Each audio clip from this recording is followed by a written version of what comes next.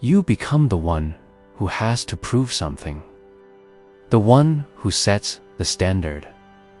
The one who's supposed to figure it out first. And nobody ever says that out loud. But you feel it. From the beginning, you just feel it. Too serious, too aware. There's a weight in how he carries himself. Even as a kid, even as a teenager, there's something about him that seems older, more burdened, like he's already fighting something invisible that nobody else can see. And the weird thing is that the people around him don't usually see it either, because he's good at hiding it. He's had practice, the reliable one, the one who doesn't fall apart. So he doesn't, even when he wants to, even when he needs to, even when every part of him is screaming, he holds it together. Because that's the role, that's the position, that's what being the oldest means. Because the eldest son can't really talk about his struggles the way other people can. He's supposed to have it figured out.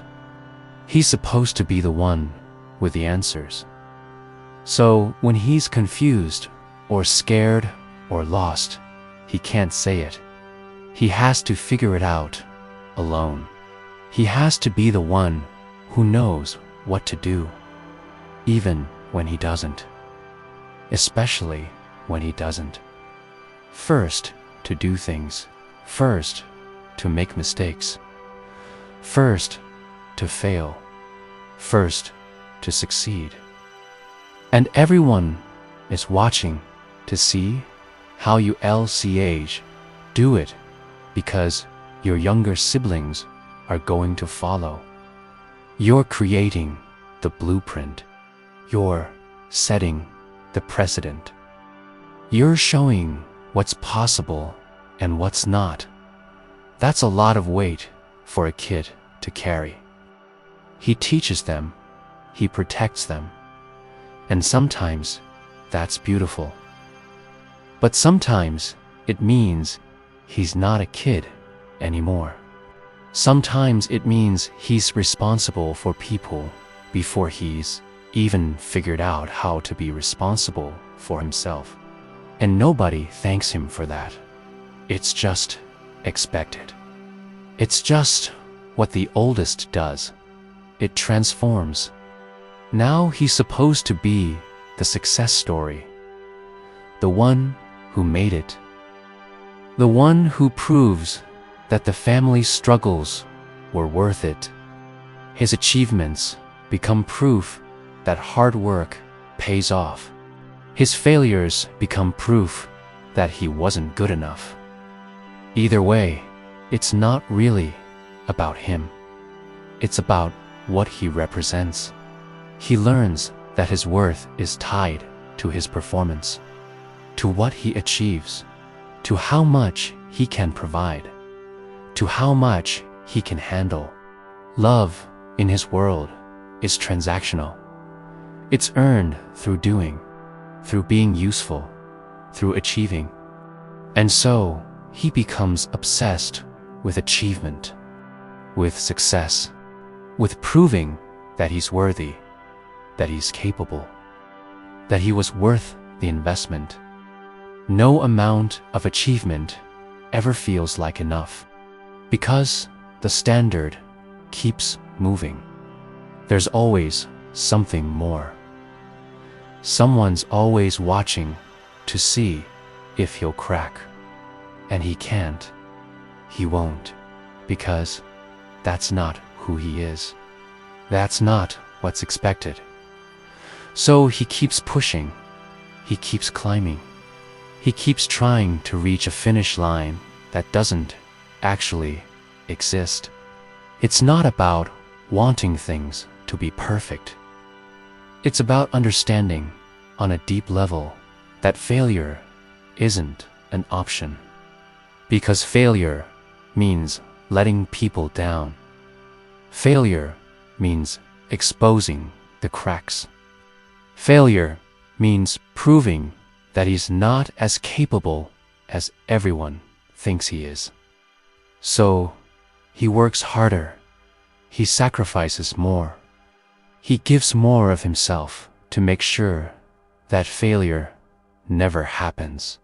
The eldest son often chooses people he can take care of, people who need him, because that's his role. That's what makes him feel valuable. So he ends up in relationships where the dynamic is unbalanced, where he's the provider, the protector, the one who handles things. And when he's with someone who's also strong, also capable, he doesn't know how to be. He doesn't know how to let someone else carry weight. He doesn't know how to be vulnerable. He doesn't know how to just be. Because he's been their figure, their standard, their example.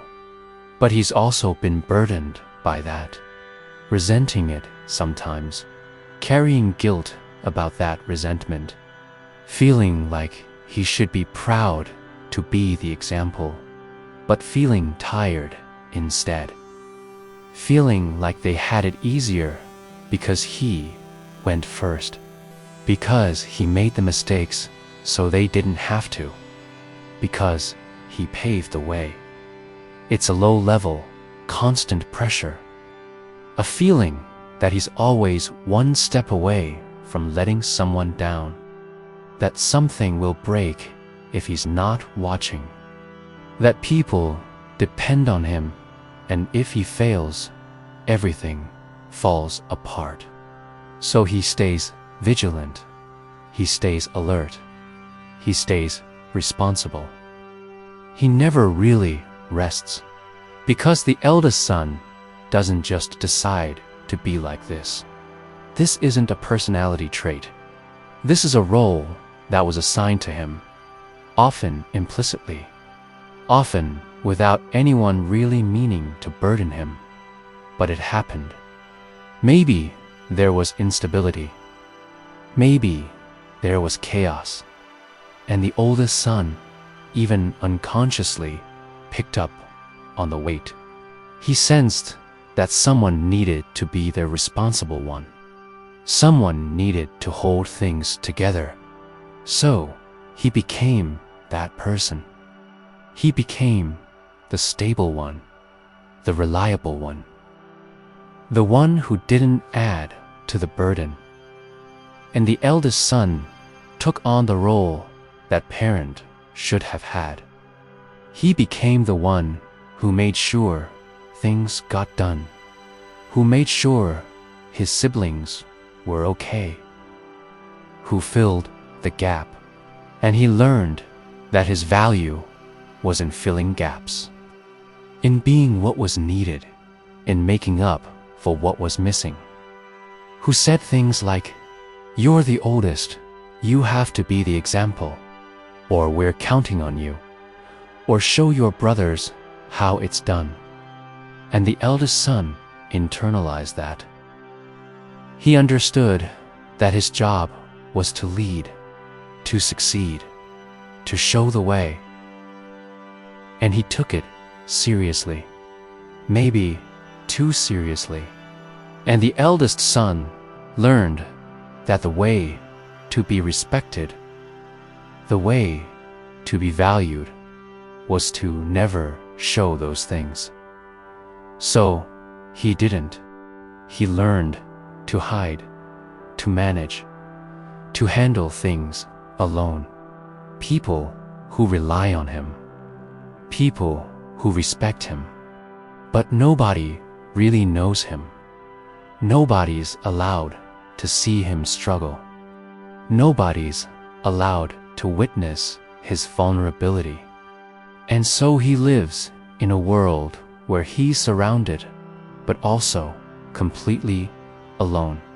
He's proven himself capable, but he still doesn't feel worthy, because the bar keeps moving. There's always something more. Someone's always watching, and he's always one step away from failing, from disappointing, from not being enough. He might have difficulty with delegation because nobody else can do things the way they need to be done. He might have trouble accepting help because that feels like failure. He might have a hard time celebrating his own wins because he is too focused on what's next. That setting boundaries isn't selfish, that he doesn't have to be responsible for everyone, that he can have his own life, his own dreams, his own needs.